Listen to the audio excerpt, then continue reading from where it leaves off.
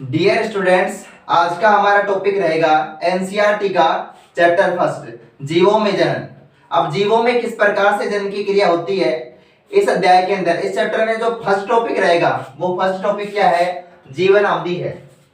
पर किसी भी जीव की जीवन अवधि क्या होती है? कोई भी जीव है जो जन्म लेता है और जन्म लेने के बाद में उसकी मृत्यु हो जाती है, तो सभी जीवों की जीवन अवधि फिक्स है कि भाई इसकी जीवन अवधि इतनी होगी। जैसे किसी तोते की जीवन अवधि 140 वर्ष है, तो लगभग उसकी जीवन अवधि कितनी रहेगी? 140 वर्ष रहेगी। 140 वर्ष तक वो जी सकता है। यानी कि उनकी जीवन अवधि को दर्शाया गया है इसके द्वारा। जैसे मानव की जीवन अवधि 100 वर्ष है, तो इसकी परिभाषा कैसे बताएंगे जीवन अवधि की? किसी भी जीव के जन्म से लेकर उसके प्राकृतिक मृत्यु तक का जो काल है उस जीव की जीवन अवधि को निरूपित करता है। आपके एनसीईआरटी की किताब में ऐसे कैसे लिखा हुआ है? किसी भी जीव के जन्म से लेकर उसके प्राकृतिक मृत्यु तक का काल उस जीव की जीवन अवधि को निरूपित करता है। ठीक है, या उस जीव की जीवन अवधि कहलाती है। अब जैसे कुछ जीव है, जैसे सूक्ष्म जीव रह गया। अब सूक्ष्म जीव के अंदर क्या होगा? सूक्ष्म जीव छोटे छोटे जीव होते हैं, कोशिकाएं होती है, तो कंटिन्यू क्या करती है? वो डिवाइड करती है। अब कंटिन्यूअस में क्या होगा? विभाजन होगा। मतलब कुछ मिनट के बाद ही क्या हो जाती है? उनकी जीवन अवधि समाप्त हो जाती है। तो क्या आ जाएगा इसका? कुछ मिनट। फल मक्खी 1 महीना, ये लगभग इसकी जीवन अवधि कितनी है? 1 महीना है। जैसे तितली है तो इसकी क्या है? 1 से 2 सप्ताह है। अब इसकी याद कैसे रखोगे? जैसे तितली है तो तितली के कितने पंख होते हैं? जैसे तितली के 2 पंख है। ठीक है, कितने पंख होते हैं? 2 पंख होते हैं। अब तितली के 2 पंख हैं, इसका मतलब क्या हुआ? 1 और 1 कितने हो गए? 2 हो गए। 1 ये रहा और दोनों को मिला दिया, 1 से 2 सप्ताह है। याद रह जाएगा इसे आराम से। अगला है चावल का पादप। चावल का पादप कितने महीने? 4 महीने। तो चावल को कैसे लिखते हैं? ऐसे। और 4 भी कैसे लिखा जाता है बच्चों? ऐसे ही लिखा जाता है। ठीक है, तो कितना हो गया? चावल 4 महीने के लिए। अगला क्या है? गेहूं का पादप। गेहूं का पादप लगभग 5 महीने की इसकी क्या होती है? जीवन अवधि होती है। इसके अलावा कौन सा आ गया? गुलाब का जो पादप है वो लगभग 10 वर्ष इसकी क्या होगी? जीवन अवधि रहेगी। इसके अलावा कौवा आ गया, तो कौवे की कितनी रहेगी बच्चों? 15 वर्ष रहेगी। गाय की लगभग 20 से 25 वर्ष क्या होती है? जीवन अवधि होती है। इसी प्रकार केले के पादप की जीवन अवधि कितनी होगी? 25 वर्ष होगी। घोड़ा कितने वर्ष जीवित रहता है? लगभग 25 से 30 वर्ष जीवित रहता है। इसी प्रकार मगरमच्छ आ गया, तो मगरमच्छ की कितनी होगी? 60 वर्ष होगी। इसके अलावा हाथी की जीवन अवधि कितनी होगी? 60 से 70 वर्ष होगी। अब ये सीक्वेंस में लिखा गया कि आप लोगों के आराम से याद हो जाएगा। जैसे चावल तो बता दिया आप लोगों को, 1 महीना ऐड कर दो इसमें, गेहूं आ गया तो 5 महीने। गुलाब इसके डबल आ गया तो इसको वर्ष में बदल देना, फिर 10 वर्ष। और कौवा लगभग 15 वर्ष। इसी प्रकार कुत्ता जो है, इधर कुत्ते की भी जो जीवन अवधि है वो कितनी होती है? कुत्ते की जीवन अवधि भी 15 वर्ष होती है। गाय की जीवन अवधि 20 से 25 वर्ष होगी। केले के पादप की भी उतनी ही होगी, लगभग 25 वर्ष। इसी प्रकार घोड़े की जीवन अवधि 25 से आगे बढ़ा दिया, 5 और कितने हो गए? 30 वर्ष हो गए। मगरमच्छ की इसके डबल कर दिया, कितने हो गए? 60 वर्ष हो गए। और हाथी की लगभग 60 से 70 वर्ष हो गई। इसके अलावा अपन देखें तो मानव की जीवन अवधि कितनी होगी? आप लोगों को भी पता होगा, 100 वर्ष इसकी क्या होगी? जीवन अवधि होगी। अब इसी के क्रम में आगे चलते रहे तो बरगद है। बरगद की जीवन अवधि कितनी होगी? 200 से 300 वर्ष होगी। ठीक है, अब 200 से 300 वर्ष किसकी है? बरगद की रहेगी। इसके अलावा तोते की जीवन अवधि लगभग 140 वर्ष होती है। पीपल की जीवन अवधि लगभग 2000 से 3000 वर्ष होती है। तो ऐसे कुछ जीवों के नाम लिखे गए हैं। इनकी जीवन अवधि निम्न प्रकार है। जैसे ये इनकी क्या हो गई? जीवन अवधि हो गई। और ये क्या है? जीव हो गई। तो आप लोगों को प्रत्येक जीव की जीवन अवधि याद रखनी है, ठीक है। अब इसके बाद में अगला टॉपिक क्या आएगा, देखो अपन ने सभी जीवों के जीवन अवधि के बारे में पढ़ा, लेकिन अपन ने देखा कि कई जीव क्या दिखते हैं, आमाप में समान दिखते हैं। आमाप में कैसे दिखते हैं, समान दिखाई देते हैं। तो क्या उनकी जीवन अवधि बराबर होगी, नहीं। इधर देखो, किसी भी जीव की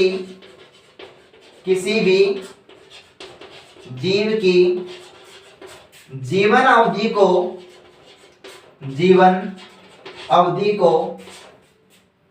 उसके आमाप के साथ जोड़ करके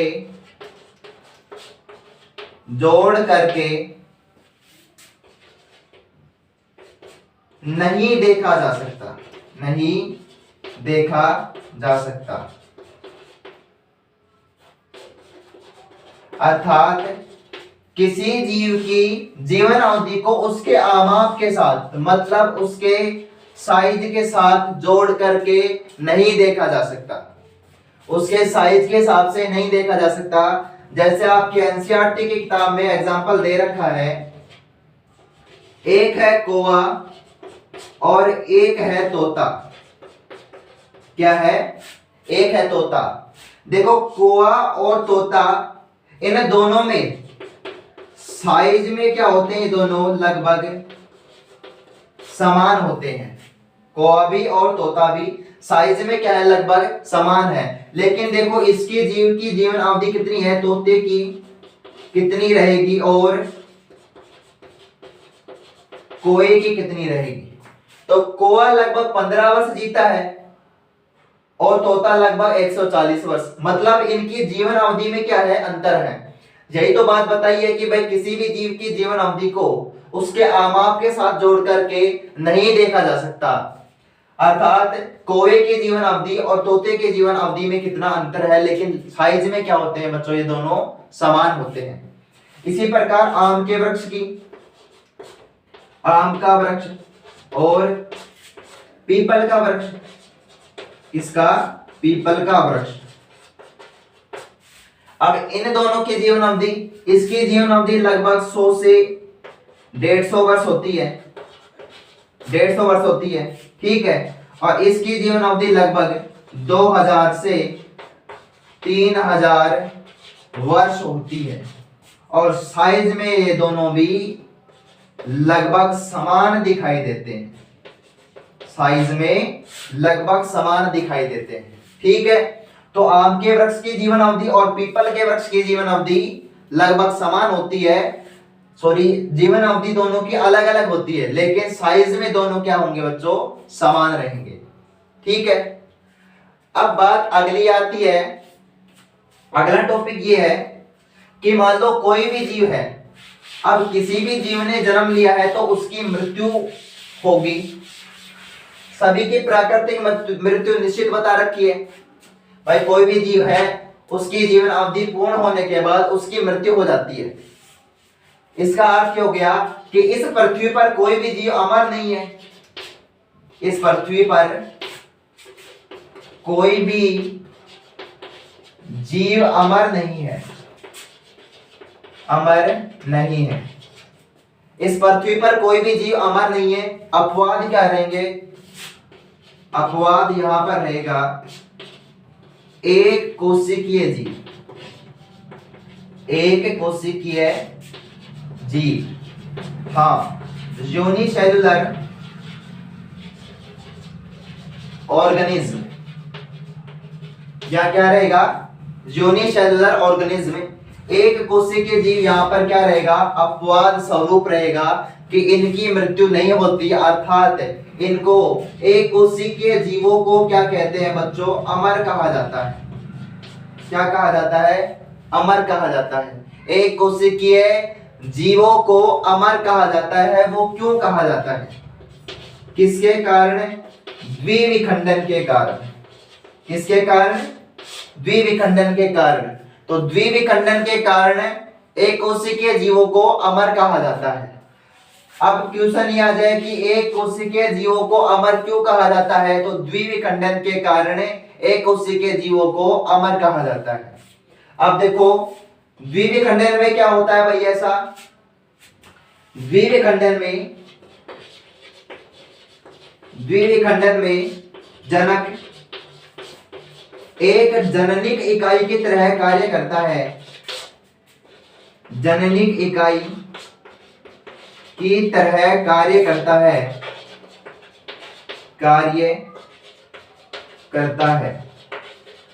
वह यानी कि द्विविखंडन में क्या हो गया, जनक जो है एक जननिक इकाई की तरह कार्य करता है, वह दो संतति जीवों में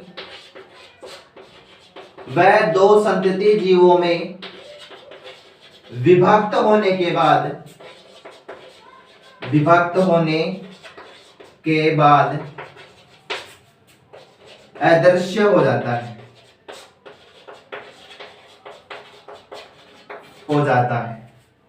देखो द्विविखंडन में जनक एक जननिक इकाई की तरह कार्य करेगा, स्वयं में क्या करता है, जननिक इकाई की तरह कार्य करता है जो जनन में भाग लेती है।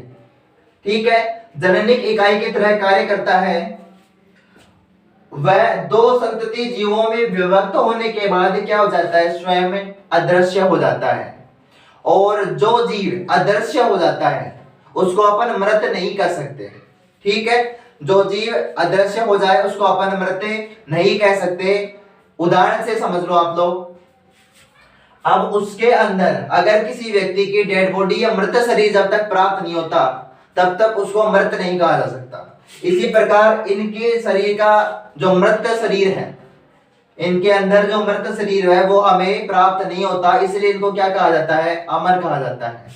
वास्तव में देखो क्या होता है, देखो द्विविखंडन में जो जनक है वो जननिक इकाई की तरह कार्य कर रहा है, और जननिक इकाई की तरह कार्य करने के बाद दो संतति जीवों में विभाजित हो रहा है।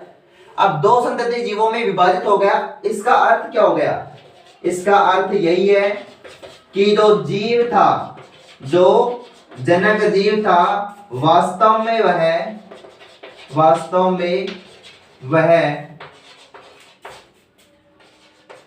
दो जीवों की तरह कार्य करने लगता है, वास्तव में वह दो जीवों की तरह कार्य करने लगता है। ठीक है, मतलब एक जो जीव था वो दो भागों में विभाजित हो गया। एग्जाम्पल क्या रहेगा इसका, अमीबा द्विविखंडन दर्शाता है। क्या दर्शाता है बच्चों, अमीबा द्विविखंडन दर्शाएगा। अब अमीबा के अंदर द्विविखंडन की प्रक्रिया कैसे होती है, जैसे ये कोई अमीबा है, ये अमीबा हो गया, ये इसके क्या हो गए, पादाप हो गए, ये इसका कोशिका द्रव्य साइटोप्लाज्म हो गया, ये इसका केंद्रक हो गया, न्यूक्लियस केंद्रक। ठीक है, अब इसमें क्या होगा, जब इसमें द्विविखंडन की क्रिया होगी तो ये दो भागों में विभाजित होगा। इसमें पहले क्या होगा, केंद्रक का विभाजन, क्या होगा, केंद्रक का विभाजन होगा। अब केंद्रक का विभाजन होगा, इसका अर्थ ये हो गया कि ये इस प्रकार से, ये एक केंद्रक हो गया और एक ये दूसरा केंद्रक हो गया। इसका अर्थ ये हो गया कि ये केंद्रक था एक और दो बराबर भागों में विभाजित हो गया। एक केंद्रक था और दो बराबर भागों में विभाजित हो गया, मतलब केंद्रक का तो विभाजन हो गया, ये फर्स्ट स्टेप हो गई।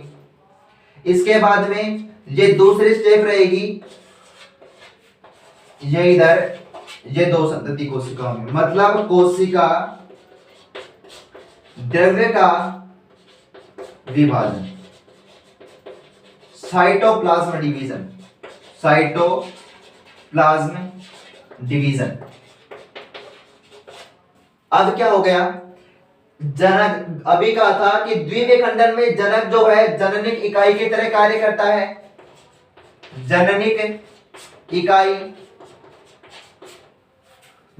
इकाई की तरह कार्य करता है, और वास्तव में ये जो जनक है वो स्वयं दो संतति कोशिकाओं में विभक्त हो जाता है। ये क्या हो गई, दो संतति दो संतति कोशिकाओं में विभक्त हो जाता है। इसमें अमीबा के अंदर क्या हुआ, सबसे पहले केंद्रकों का विभाजन हुआ, केंद्रकों का विभाजन होने के बाद में कोशिका द्रव्य का विभाजन हो गया। पहले न्यूक्लियर डिवीजन होगा और उसके बाद में साइटोप्लाज्म डिवीजन होगा।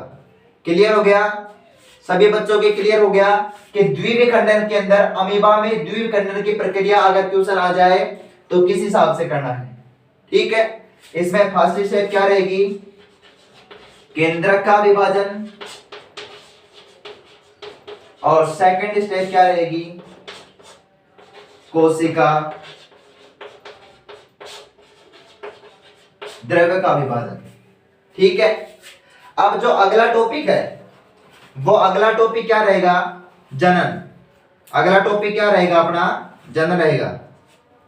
अब देखो जनन किसे कहा जाता है, जनन क्या है, व्हाट इज रिप्रोडक्शन, ये अपन अगले टॉपिक में पढ़ने जा रहे हैं। देखो पहला क्या है कि जनन किसे कहते हैं, जनन किसे कहते हैं। ठीक है, अब देखो जनन किसे कहा जाएगा, जनन वह प्रक्रिया जिसमें जीव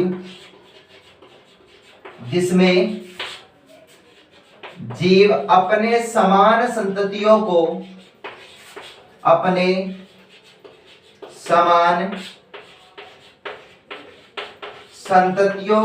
उत्पन्न करता है, संततियों को उत्पन्न करता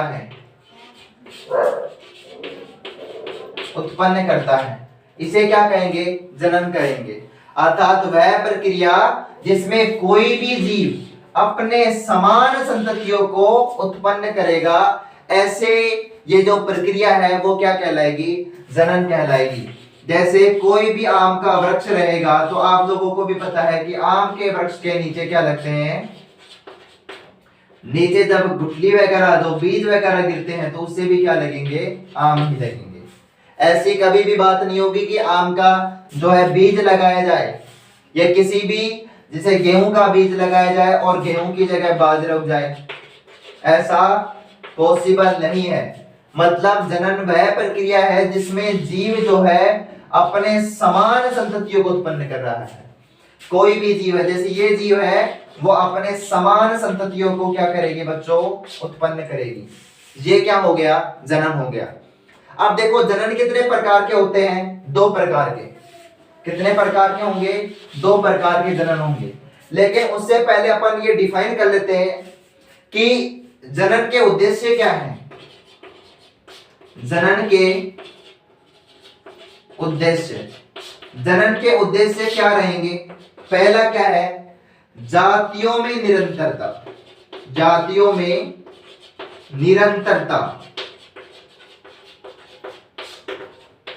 जातियों में निरंतरता का अर्थ क्या हो गया, जनन से जातियों में निरंतरता बनी रहती है। जातियों में निरंतरता बनी रहती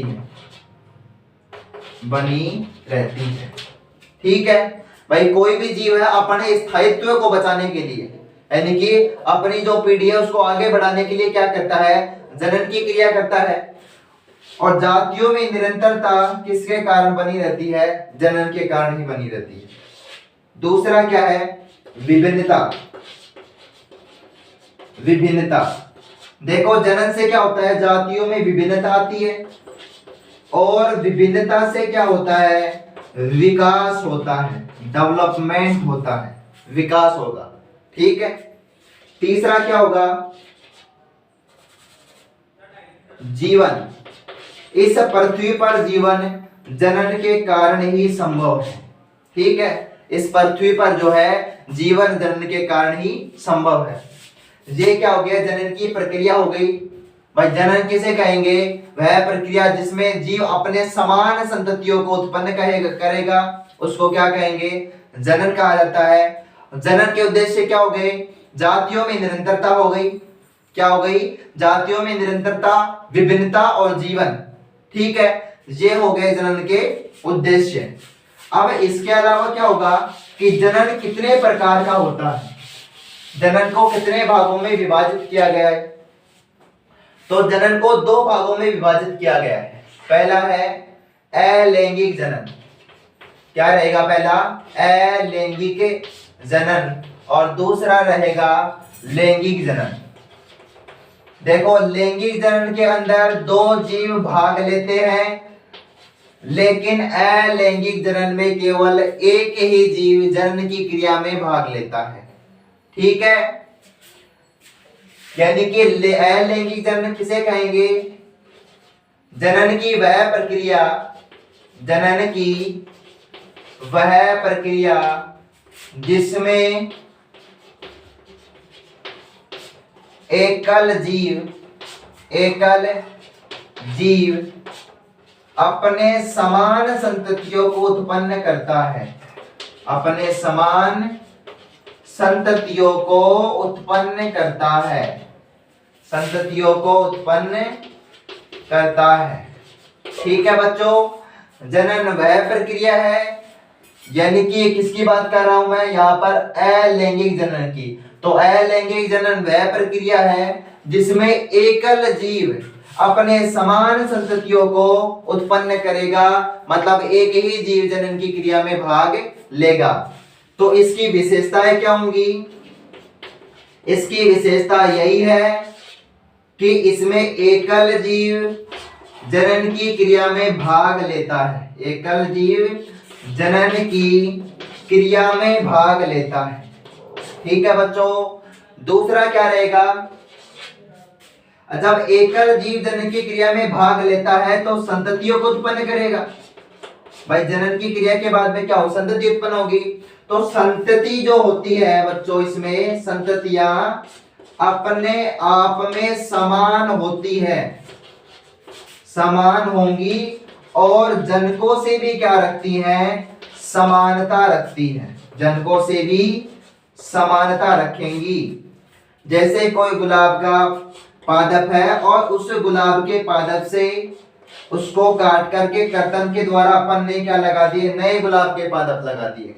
तो ये जो गुलाब के पादप होंगे ये अपने आप में क्या दिखेंगे, समान दिखेंगे या नहीं दिखेंगे, बिल्कुल समान दिखेंगे। और इनकी जो जनक है उससे भी क्या रखेंगे, ये समानता रखेंगे, मतलब ये भी इसके समान दिखेंगे, आकार में क्या होंगे, ये समान होंगे। तो ये हो गया। अब जब हमें पता है कि इसमें केवल एक ही जीव जनन की क्रिया में भाग ले रहा है, तो इसमें क्या होगा, इसमें युग्मकों का निर्माण नहीं होता, युग्मकों का निर्माण नहीं होता, गैमेटोजेनेसिस की प्रक्रिया नहीं होती। अब इसमें जब युग्मकों का निर्माण नहीं होता तो सीधी सी बात यह है कि इसमें अर्धसूत्रीय विभाजन भी नहीं होगा, अर्धसूत्रीय विभाजन भी नहीं होगा। तो इनमें कौन सा विभाजन देखने को मिलेगा, केवल समसूत्रीय विभाजन।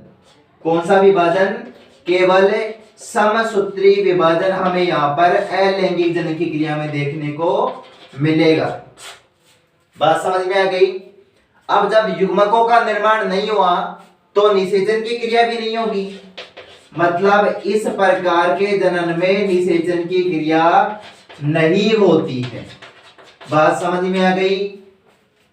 पहला क्या रहा, अलैंगिक जनन किसे कहेंगे, अलैंगिक जनन या जनन की वह प्रक्रिया है जिसमें एकल जीव अपने समान संततियों को उत्पन्न करता है, उसे क्या कहेंगे, अलैंगिक जनन। अब इसकी विशेषता क्या रहेगी, इसमें एकल जीव ही जनन की क्रिया में भाग लेगा, और आप लोगों को पता है एकल जीव जनन की क्रिया में भाग लेगा तो उसके बाद में क्या होगी, संतति उत्पन्न होगी। वो संतति उत्पन्न होगी तो वो संतति क्या होंगी, अपने आप में भी समान होंगी और जनकों से भी क्या रखेंगी, समानता रखेंगी। जब एकल जीव ही जनन की क्रिया में भाग ले रहा है तो इसमें समसूत्रीय विभाजन होगा, केवल समसूत्रीय विभाजन, अर्धसूत्रीय विभाजन अलैंगिक जनन की क्रिया में आप लोगों को देखने को नहीं मिलेगा। इसके बाद में जब युग्मकों का निर्माण ही नहीं हुआ तो निषेचन भी नहीं होगा, तो इसमें निषेचन की क्रिया भी नहीं होती है। और ये भी ध्यान रखना कि इनमें गुणन क्या होगा बच्चों, तीव्र होगा। गुणन क्या होता है, इसमें तीव्र होता है। तो ये कौन सी प्रक्रिया हो गई? ये अलैंगिक जनन की प्रक्रिया हो गई। अब अलैंगिक जनन की प्रक्रिया के अंदर सबसे पहला कौन सा रहेगा? इसमें अलैंगिक जनन की प्रक्रिया में इसको कई भागों में डिफाइन किया गया है। इसमें सबसे पहला अपन पढ़ेंगे विखंडन, वैसे विखंडन, मुकुलन, द्विखंडन, ठीक है, आदि के द्वारा अपन पढ़ेंगे इसमें, लेकिन सबसे पहले क्या पढ़ेंगे? विखंडन। अब विखंडन किसको बोलते हैं? विखंडन में क्या होगा? इस प्रकार के जनन में या इस प्रकार के अलैंगिक जनन में, अलैंगिक जनन में जनक का शरीर दो या दो से अधिक समान एवं बराबर आमाप की संतति कोशिकाओं में विभक्त हो जाता है। संतति कोशिकाओं में विभक्त हो जाता है। क्या हो गया? विभक्त हो गया। ठीक है, तो विखंडन के अंदर क्या होगा? विखंडन का अर्थ होता है टूटना, या तो दो बराबर भागों में टूटना या दो से अधिक बराबर भागों में टूटना। ठीक है, इस प्रकार की अलैंगिक जनन की प्रक्रिया में क्या होगा? जनक का शरीर या तो दो भागों में विभाजित हो जाएगा या दो से अधिक भागों में विभाजित हो जाएगा। तो इसको क्या कहेंगे? विखंडन कहेंगे। अगर किसी भी जीव का शरीर दो समान बराबर भागों में विभाजित हो जाता है या दो भागों में विभाजित हो जाता है तो इस प्रकार के विखंडन को कहा जाता है द्विविखंडन। क्या कहेंगे? द्विविखंडन कहेंगे। अगर कई सारी संतति कोशिकाओं का निर्माण होता है तो उसे क्या कहेंगे? बहुविखंडन। इसका अर्थ ये हो गया कि विखंडन के भी कितने प्रकार बता रखे हैं यहाँ पर? दो प्रकार। एक होगा बच्चों द्विविखंडन और एक होगा बहुविखंडन। क्या होगा? बहुविखंडन होगा। ठीक है, अगर किसी भी जनक का शरीर दो समान बराबर भागों में या दो भागों में विभाजित हो जाता है तो उसे कहेंगे द्विविखंडन। अगर कई सारी संतति कोशिकाओं का निर्माण होता है तो उसे कहेंगे बहुविखंडन। ठीक है, अब देखो द्विविखंडन कितने प्रकार का हो सकता है? द्विविखंडन कितने प्रकार का हो सकता है? ये वैसे एनसीईआरटी में नहीं दे रखा है, लेकिन फिर भी पहला कौन सा रहेगा? सरल प्रकार का द्विविखंडन। सरल प्रकार का द्विविखंडन। ठीक है, दूसरा रहेगा अनुलंब प्रकार का द्विविखंडन और तीसरा रहेगा अनुप्रस्थ प्रकार का द्विविखंडन। ठीक है, ये तीन टाइप्स हो गए। अब तीनों टाइप्सों के अंदर क्या होगा? ये पहला रहेगा सरल प्रकार का द्विविखंडन है। इसमें क्या होता है? सरल प्रकार के द्विविखंडन में क्या होगा? इसमें जो विभाजन का तल है वो क्या नहीं होता बच्चों? फिक्स नहीं होता। विभाजन का तल क्या नहीं होगा? फिक्स नहीं होगा। और ये कंडीशन पाई जाती है अमीबा के अंदर। ठीक है, किसमें पाई जाएगी? अमीबा में। दूसरा कौन सा है? अनुलंब प्रकार का, यानी कि इस प्रकार का जो विभाजन है वो किसके अक्ष पर होता है? जीव शरीर के अनुलंब अक्ष पर होता है। किस पर होगा? अनुलंब अक्ष पर होगा। एग्जाम्पल क्या रहेगा बच्चों इसका? युगलीना। तीसरा क्या है? अनुप्रस्थ, मतलब इसमें जो विभाजन का तल है वो कैसा रहेगा? विभाजन का तल अनुप्रस्थ रहेगा। कैसा रहेगा? अनुप्रस्थ। और ये प्रकार की जो कंडीशन है वो किसमें पाई जाती है? पैरामीशियम में पाई जाती है। किसमें रहेगी? पैरामीशियम में। मतलब ये कितना हो गया? तीन प्रकार का। पहला रहेगा अनुसरल प्रकार का, दूसरा रहेगा अनुलंब प्रकार का और तीसरा रहेगा अनुप्रस्थ प्रकार का। पहला क्या है? सरल प्रकार का, मतलब विभाजन का तल कोई भी इसमें फिक्स नहीं है। अमीबा के अंदर कोई विभाजन तल फिक्स नहीं होता। तो इसमें विभाजन का तल फिक्स नहीं है, मतलब क्या हो गया इसका एग्जांपल अमीबा। जुगलीना में कैसी कंडीशन होती है, अनुलंब प्रकार का विभाजन होता है, ठीक है। और अनु अनु प्रस्थ प्रकार का जो विभाजन है वो किसमें पाया जाता है, पैरामीशियम में।